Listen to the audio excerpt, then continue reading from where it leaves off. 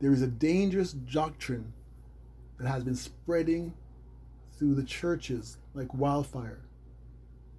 And this doctrine has caused many people to lose their lives. You mostly hear it in charismatic circles, especially in the Word of Faith camps. It's a belief that it is God's will to heal every believer. It is a belief that as a believer we have a right to be healed. But where do we get that from? I can assure you it's not the Bible. Because we're going to look into the Bible and see what the Bible actually says about this. The biggest problem we often have is that people take a verse out of the context and try to interpret it from that position, and they come up with false teachings, and they sound good. A lot of these scriptures that is used promises comfort. It promises luxury. It promises a nice life. But is that what God promised us? We're going to look at some scriptures here. See what saith the Lord. We're going to turn to Philippians chapter 2. And we're going to read from verse 25 to, I believe, 27. But I think it is necessary to send back to you Epaphroditus, my brother, co-worker, and fellow soldier, who is also your messenger, whom you sent to take care of my needs. For he longs for all of you and is distressed. Why? Because you heard he was ill. Indeed, he was ill and almost died. But God had mercy on him, and not on him only, but also me, to spare me sorrow upon sorrow. So here Paul is speaking about his brother in Christ, Epaphroditus, who often would travel with him. Unfortunately, he could not come with him on this particular journey. Why? Because he was sick. Okay? But not just sick. He was sick at one point almost to death. But you know what it says after?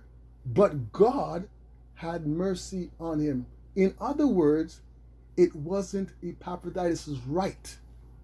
He couldn't say, God, you got to heal me because you said in your word. No, it was the mercy of God that healed him.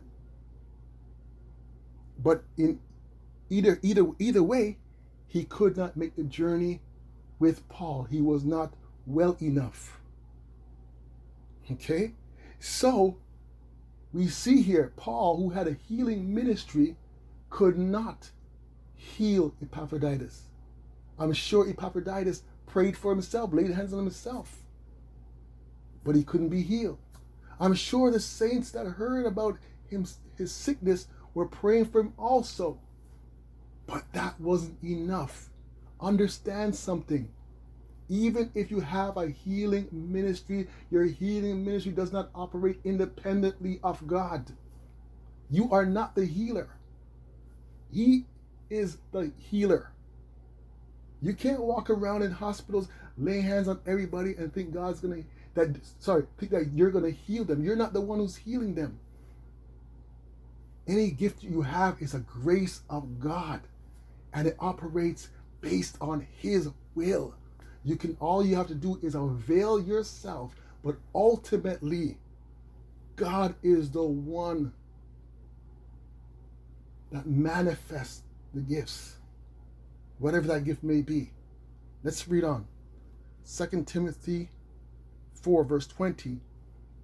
Erastus stayed in Corinth, and I left Trophimus sick in Miletus. Here Paul again is speaking to Timothy, telling him that two of his travelers with him, one stayed back in Corinth and the other was left in the city of Miletus. His name was Trophimus, and he was sick.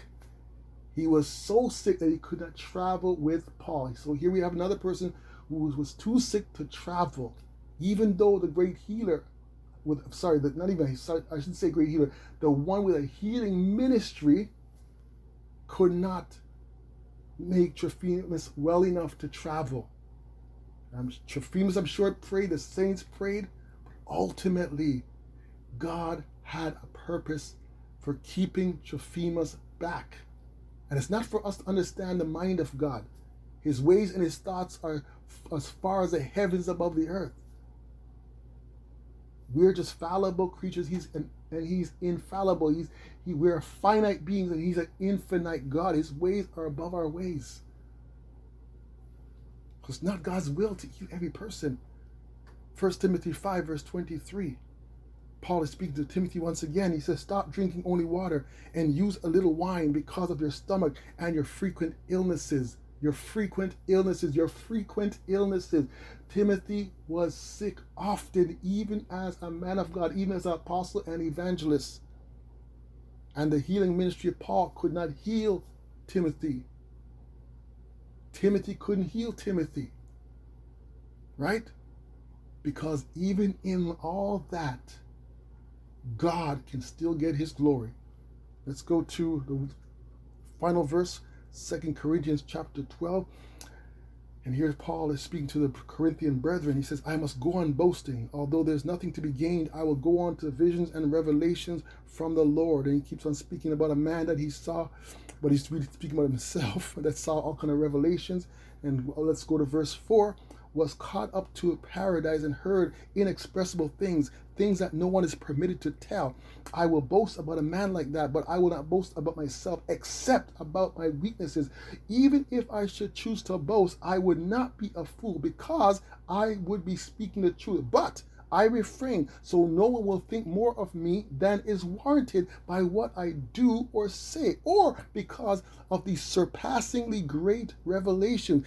Therefore, in order to keep me from becoming conceited, I was given a thorn in my flesh, a messenger of Satan to torment me. 3 times I pleaded with the Lord to take it away from me. But he said to me, my grace is sufficient for you, for my power is made perfect in weakness. Therefore, I will boast all the more gladly about my weaknesses, so that Christ's power may rest upon me. So therefore, I'm going to boast about my infirmity, about my sickness, about my disease, because Christ's power rests on me. So Paul acknowledged that with all the revelation that he received and all the things that he experienced, that is a possibility. He might get too high-minded, might think that it's really him. So God, identifying that the man has a potential to be conceited, allowed Satan to torment him by giving him a physical affliction. We don't know what it is. It could be an illness, a disease. We don't know. But it gave him discomfort. That's why he wanted the Lord to take it away. It probably caused him pain. Who knows? But he cried out to the Lord 3 times. But God said, no, I'm not going to take it from you. My grace is enough. It is sufficient for you, Paul.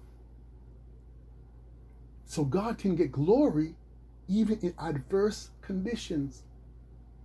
God can be glorified when your body is broken. You cannot command God and that you're gonna command him to give you health and wealth and all these wonderful things. At the end of the day, many are the plans in a man's heart, but the purposes of the Lord prevails. Ultimately, God has the final say. And so, in the midst of, we need to understand that we will have to go through times of suffering.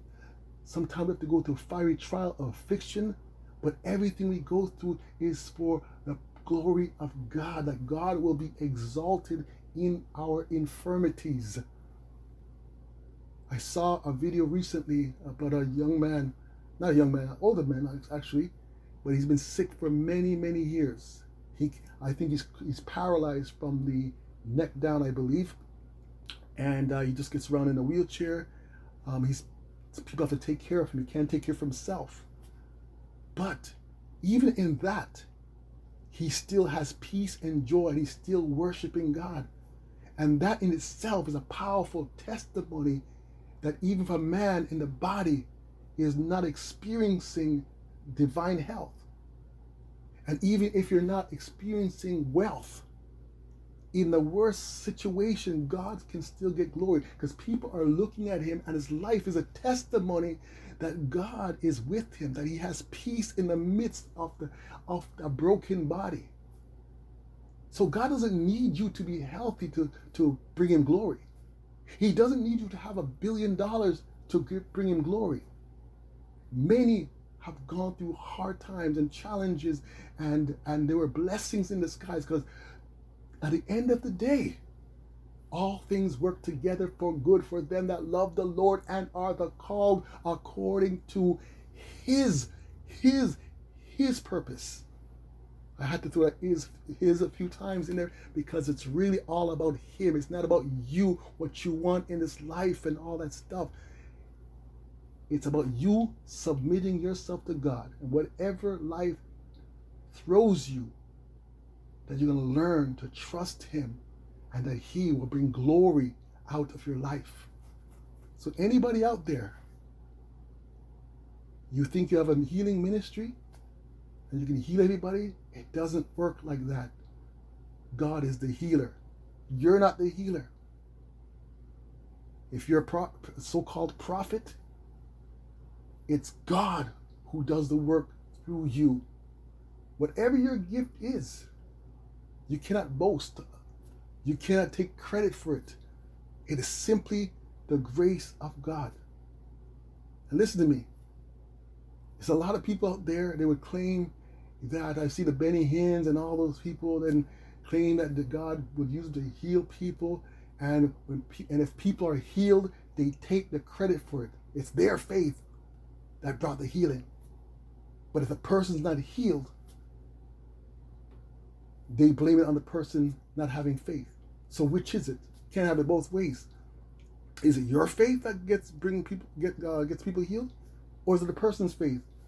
Or just maybe it's God, God's divine will. Anyhow, I'm just hoping that you're aware of this deceitful message, this deceitful doctrine, and that instead of grabbing a hold of these false teachings, study the word. Anyhow, I think I've said enough. Thank you so much for listening. Take care, and God bless you. Have a great day.